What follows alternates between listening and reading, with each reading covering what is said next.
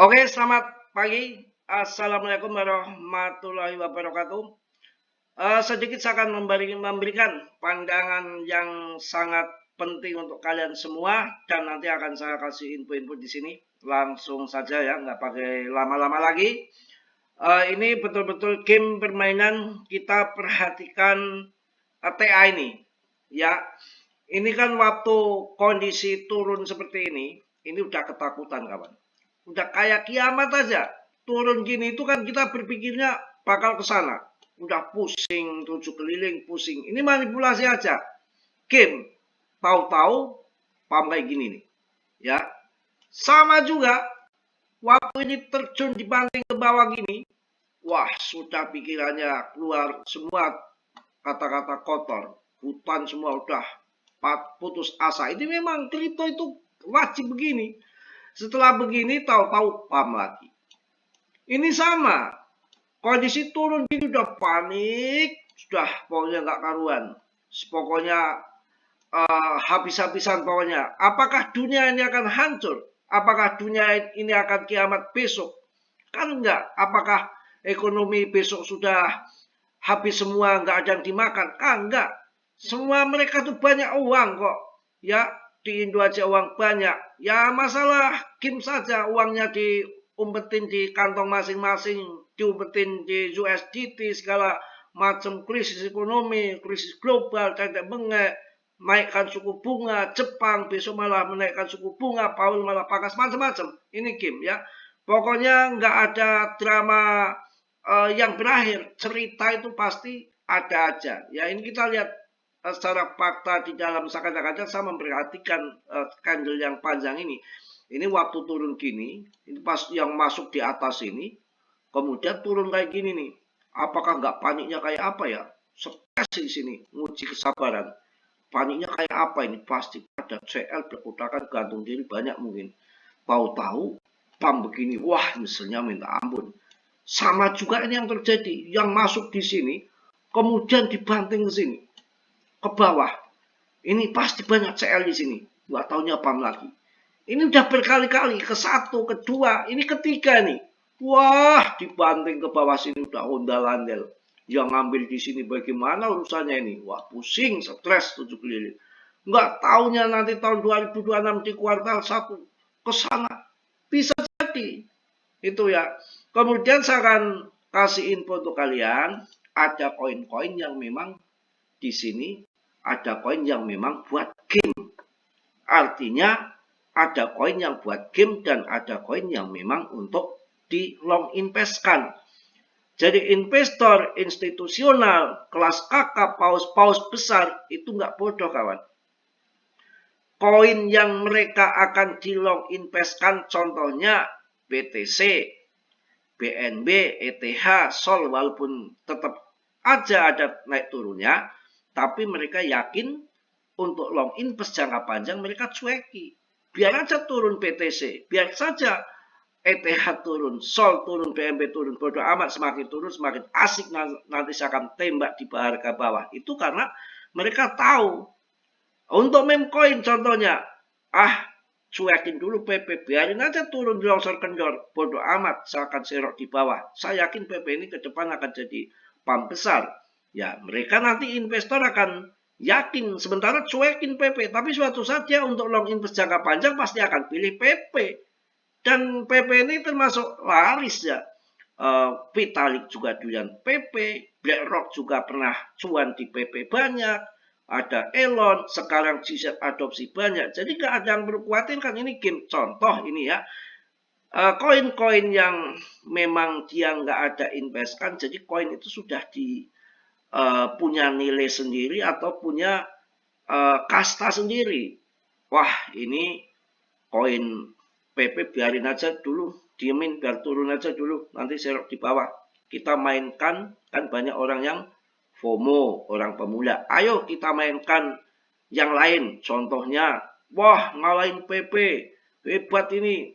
PP apa itu AI, punya Elon, pam.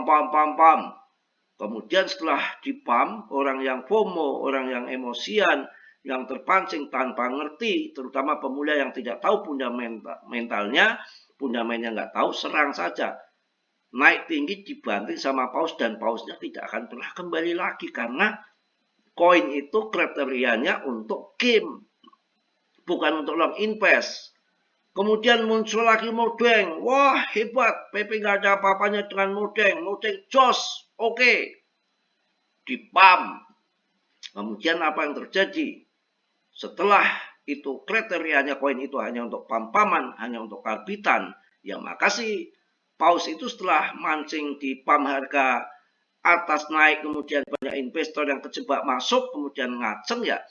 Si paus TP dan keluar nggak bangkit lagi, ditandai dengan koin itu semakin turun nggak ngaceng lagi. Si Tokoin, wah laris banget ini, jos dipam ke atas, naik tinggi biar orang kepancing. Setelah kepancing di atas dia nggak akan pernah masuk lagi dan koin itu menjadi makin parah. Mereka itu cerdas juga bodoh. Paus-paus orang-orang pintar itu dia akan pilih koin mana yang kriteria ataupun koin pantas untuk long invest. Dia akan melihat komunitasnya, ada orang besar di balik belakang layar. Kalau sekarang naik turun semalam sampai wah terakhir kena lagi. Lah baru pam sedikit ke atas, pasang leprek, tinggal dewa dibanting lagi. Ya, tapi untuk jangka panjang saya yakin masih akan ada di PP yang akan bertahan, akan menjadi besar ya.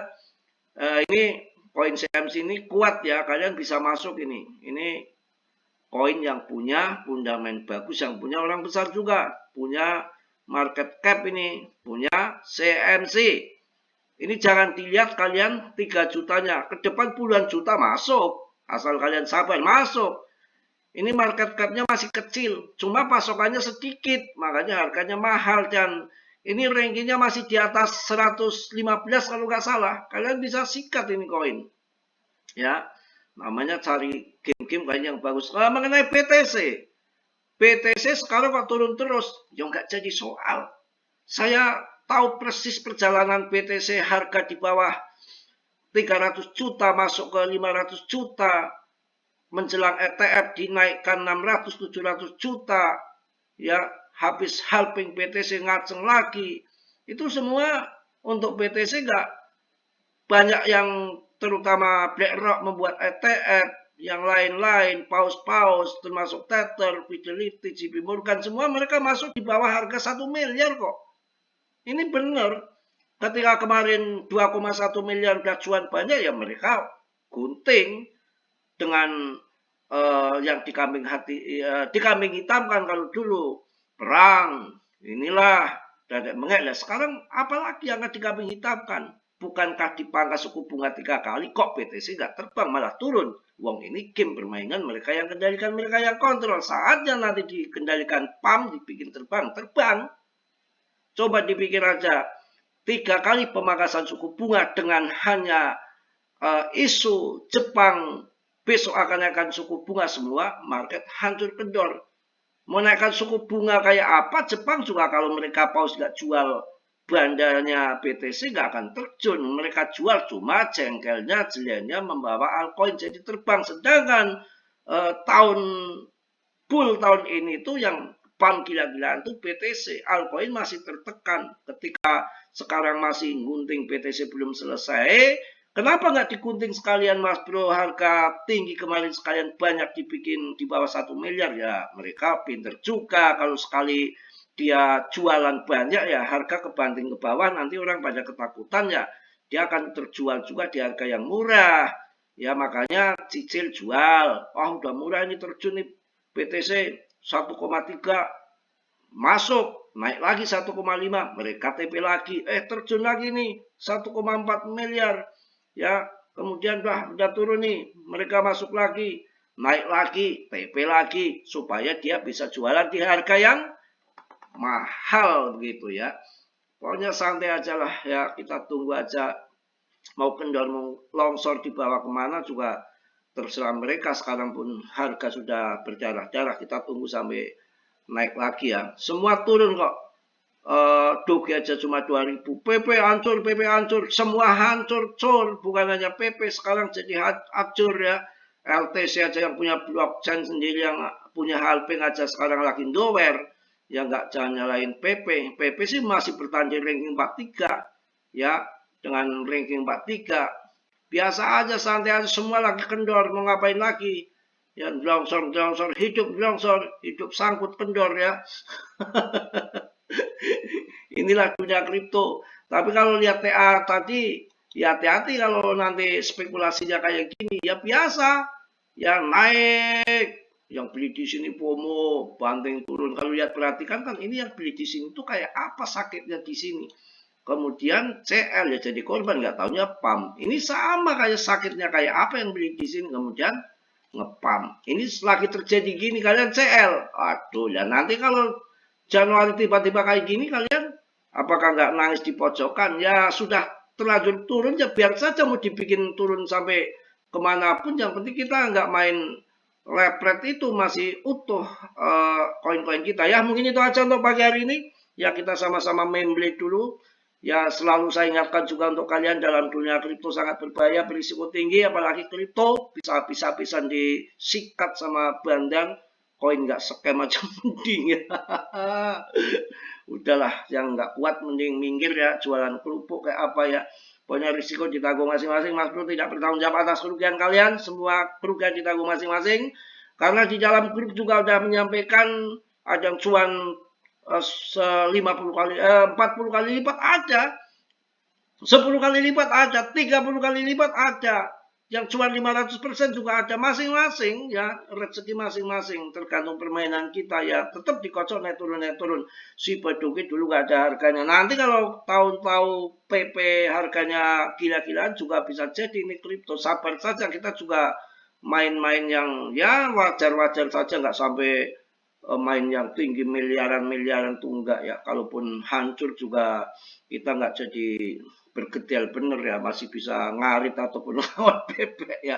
Kita tunggu sampai nanti pam lagi ya. Mungkin itu aja yang saya sampaikan di pagi hari ini. Tetap semangat, tetap yakin rezeki nggak akan kemana ya. Yang positif kalian ambil, yang buruk kalian tenang. Kiranya sudilah yang belum subscribe untuk subscribe, yang sudah Mas Bro ucapkan banyak-banyak terima kasih. Salam dari Tegal Mas Bro. Wassalamualaikum warahmatullahi wabarakatuh.